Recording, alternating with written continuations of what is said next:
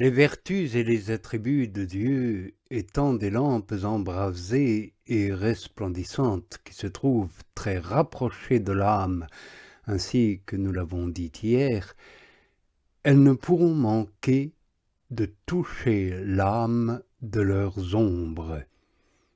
Et ces ombres seront donc embrasées et resplendissantes comme ces lampes qui les produisent.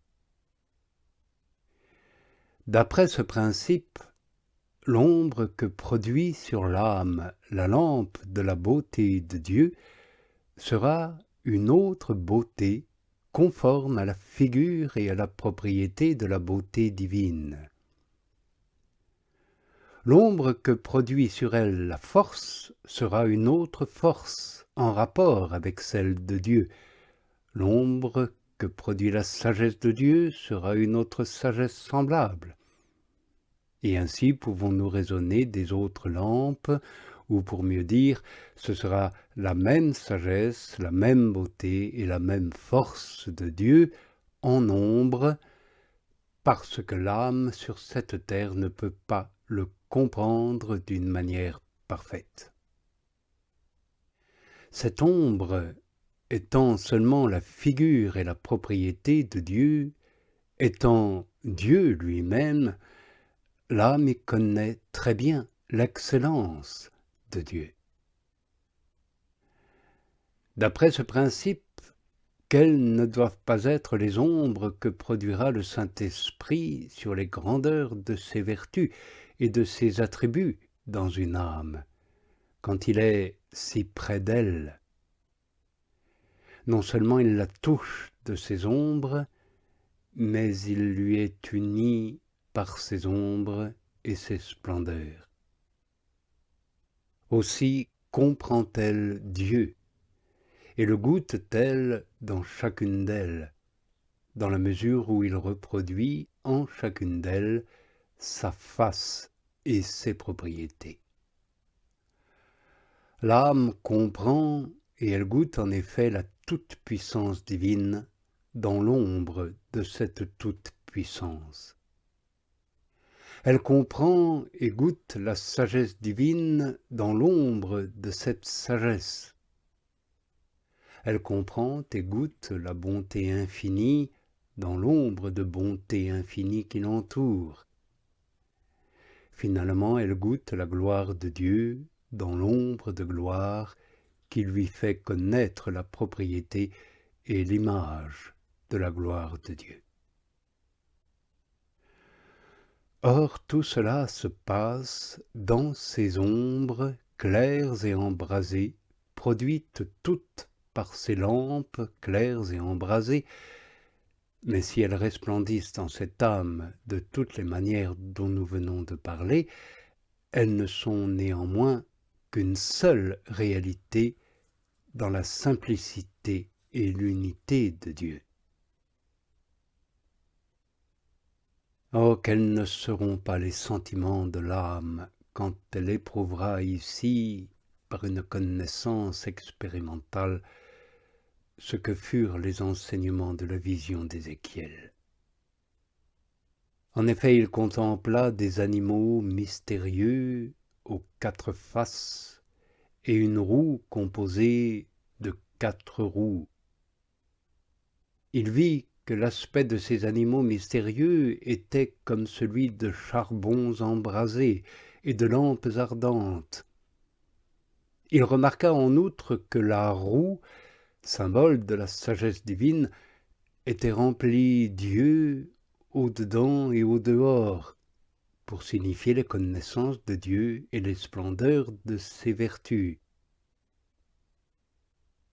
Que n'éprouvera-t-elle cette âme quand elle entendra dans son esprit le bruit de leur marche, ressemblant au bruit d'une multitude ou d'armées innombrables qui symbolisent les innombrables grandeurs de Dieu. L'âme les connaît parfaitement ici, dans le bruit d'un seul pas que le Seigneur fait pour elle.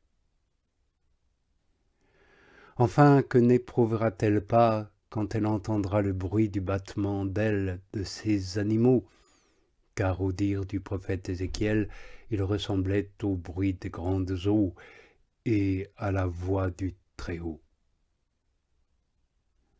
Ce bruit signifie l'impétuosité de ces eaux divines dont nous avons parlé et qui investissent l'âme quand l'Esprit Saint l'élève dans la flamme d'amour et la remplit d'allégresse.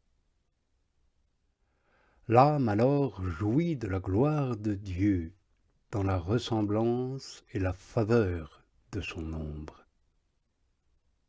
C'est ce que le prophète lui-même enseigne quand il dit que la vision de ces animaux et de ces roues était une ressemblance de la gloire du Seigneur.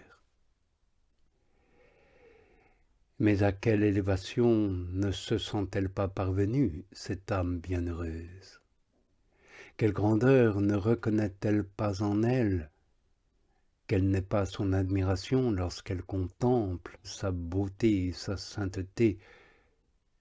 Qui pourrait le dire? Quand elle se voit ainsi plongée dans ces eaux abondantes des divines splendeurs, elle considère comment le Père éternel les fait pénétrer dans sa partie supérieure et dans sa partie inférieure, qui est la chair.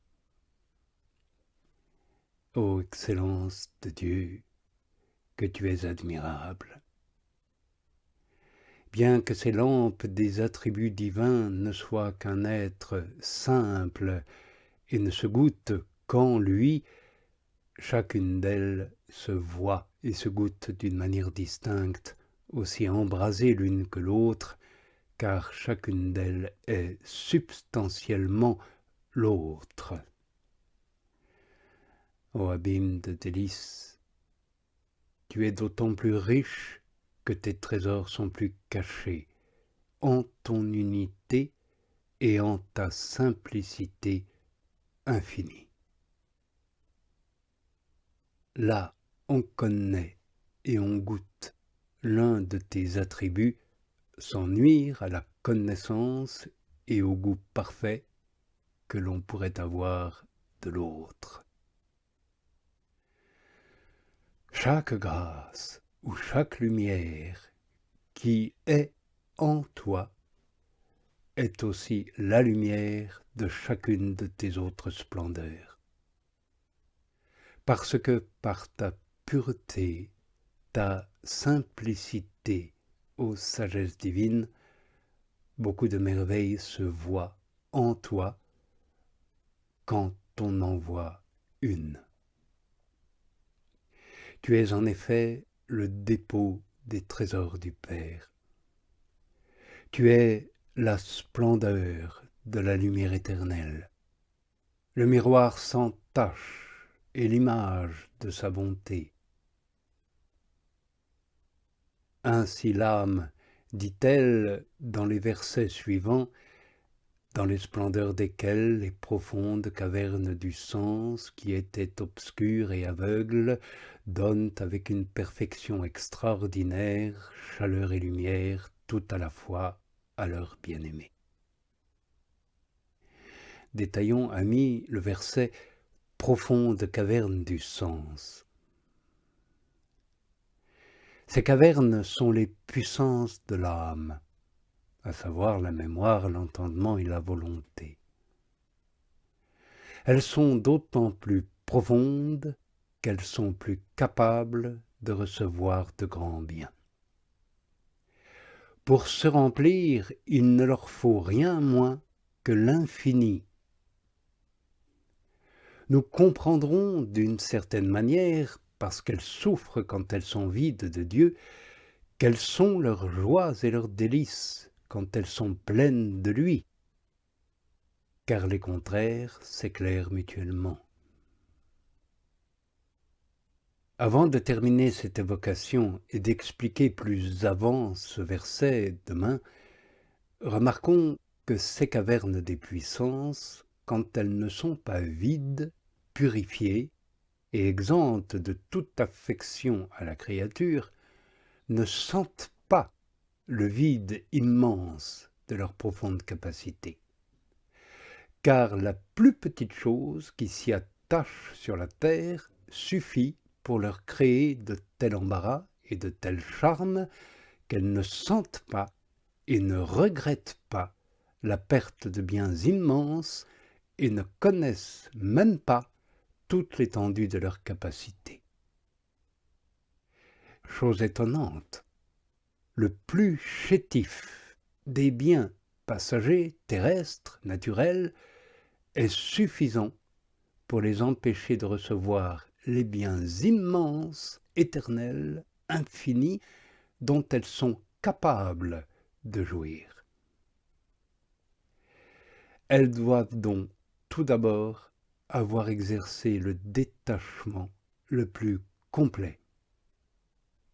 Et c'est cela que nous verrons demain.